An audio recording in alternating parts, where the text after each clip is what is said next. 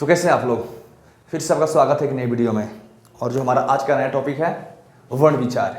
हम लोग आज पढ़ेंगे वर्ण विचार। वर्ण विचार एक ऐसा टॉपिक है जो हमें एग्जाम में इससे क्वेश्चन देखने को मिलता है, ठीक है। और इंटर का बात कर ले या मैट्रिक बोर्ड का बात कर ले, इससे क्वेश्चन रहते हैं, ठीक है। तो चलिए हम लोग देखते हैं आज का नया चैप्टर हमारा वर्ण विचार, ठीक है। तो सबसे पहले हम चैप्टर चालू करने से पहले हम देख लेते हैं वर्ण किसे कहते हैं, ठीक है। वर्ण किसे कहते हैं, इसका परिभाषा यहाँ पर हमने लिखा हुआ है। वह सबसे छोटी ध्वनि जिसके टुकड़े या खंड नहीं किए जा सकते हैं उसे वर्ण कहते हैं। क्या कहते हैं उसे प्यारे बच्चों? उसे वर्ण कहते हैं जिसको हम लोग तोड़ नहीं सकते हैं, ठीक है। ध्यान देखिएगा, जैसे अ, आ, क, ख, ग क्या कर सकते हैं, इसको हम लोग नहीं तोड़ सकते हैं। इसे हम लोग क्या बोलेंगे? इसे बोलेंगे वर्ण। क्या बोलेंगे बच्चों? वर्ण, ठीक है। देखिए यहाँ पे हमने कुछ महत्वपूर्ण बिंदु को लिखा है। हिंदी वर्णमाला में कितने स्वर होते हैं? 11 स्वर होते हैं। इसको आप लोग कंठस्थ याद रखिएगा। 33 व्यंजन, 4 अंतस्थ व्यंजन और 4 उष्म व्यंजन, ठीक है। अर्थात वर्णमाला में कितने वर्ण होते हैं जी? 52 वर्ण। कितने हो गए? 52 वर्ण और 4 संयुक्त अक्षर होते हैं हिंदी व्याकरण में, ठीक है। चलिए हम लोग अब पढ़ लेते हैं वर्ण के प्रकार। क्या चीज? वर्ण के प्रकार। हिंदी भाषा में वर्ण 2 प्रकार के होते हैं। कितने होते हैं प्यारे बच्चों? वर्ण 2 प्रकार के होते हैं, ठीक है। यहाँ पर पहला दिया है स्वर वर्ण और दूसरा क्या है?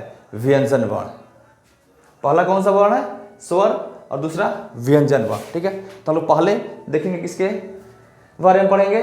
स्वर वर्ण के बारे में पढ़ेंगे, ठीक है। इसका हमने परिभाषा यहाँ पर लिखा हुआ है। देखिए प्यारे बच्चों, हमको बेसिक कंसेप्ट क्लियर करते हुए चलना है, ठीक है। और ताकि हमें एग्जाम में एक भी नंबर नहीं छूट सके, ठीक है। तो हमको क्या करना होगा? एकदम बढ़िया से अच्छे से तैयारी करना है। कुछ सी प्रकार की तेजी नहीं है हमारे पास, ठीक है। धीरे धीरे सब सिलेबस हम कंप्लीट कर देंगे एप्लीकेशन पर भी, एबीसी ऑनलाइन क्लासेस पर। और जो आपको उतना वीडियो नहीं देखने को मिल जाएगा कहाँ पर? यूट्यूब पर, ठीक है। आप जाइए हमारे application ABC online classes play store से डाउनलोड कीजिए और वहाँ पर तैयारी कीजिए एकदम भरपूर तरीका से, यानी बहुत अच्छा तरीका से। चलिए हम लोग देखते हैं स्वर वर्ण के बारे में। ऐसी ध्वनियाँ जिनका उच्चारण करते समय अन्य किसी ध्वनियों की सहायता ना ली जाए उसे स्वर वर्ण कहते हैं। देखिए ये स्वतंत्र होता है, एकदम साफ की तरह होता है। ये किसी का वेट नहीं करता है जब हम दूसरे के साथ में कोई काम कर देंगे, ठीक है। ई जाएगा तब दूसरा कोई काम कर सकता है, लेकिन ई एकदम साफ खुल्लम खुल्ला है, ठीक है, एकदम स्वतंत्र है।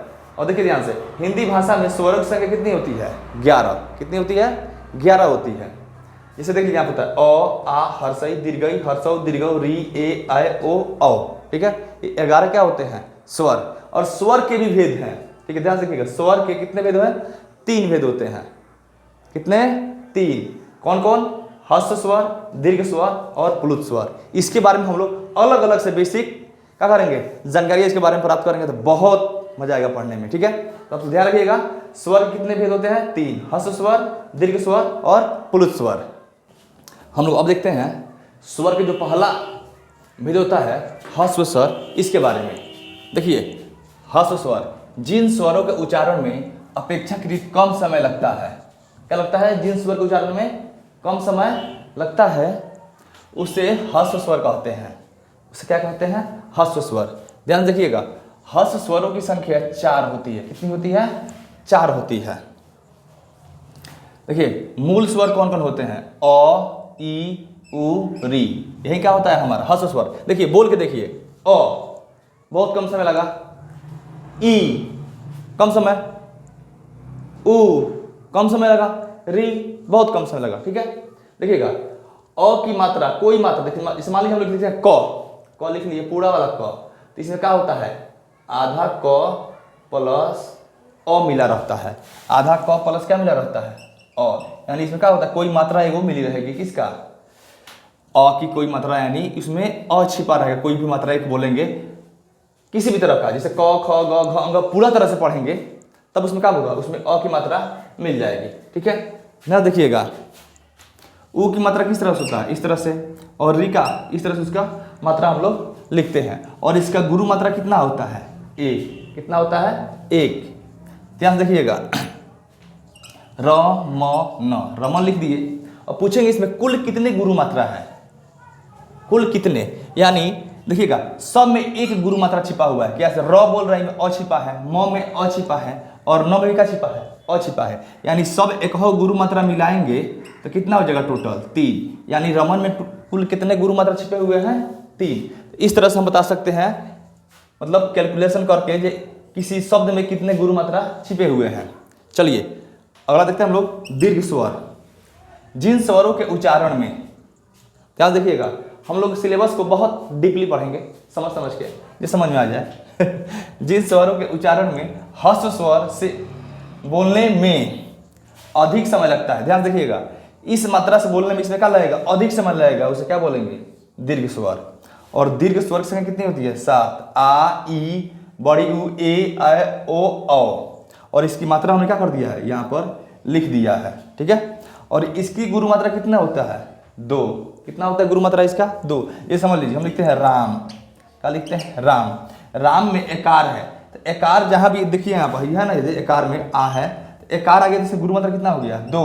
और ये म में 1 छिपा हुआ है, इसमें टोटल कितना गुरु मात्रा हो गया? 3, ठीक है। तो इस तरह से देख लिए हम लोग, दीर्घ स्वर क्या होता है? इसमें ह्रस्व स्वर से अधिक बोलने में समय लगता है और इसकी संख्या कितनी होती है? 7 होती है। कितनी संख्या होती है? 7। यहाँ पर हमने लिखा हुआ है। चलिए इसका तीसरा हम लोग पढ़ते हैं, प्लुत स्वर। प्लुत स्वर में होता क्या है ना, दीर्घ स्वर और ह्रस्व स्वर से दोनों से अधिक समय लगता है।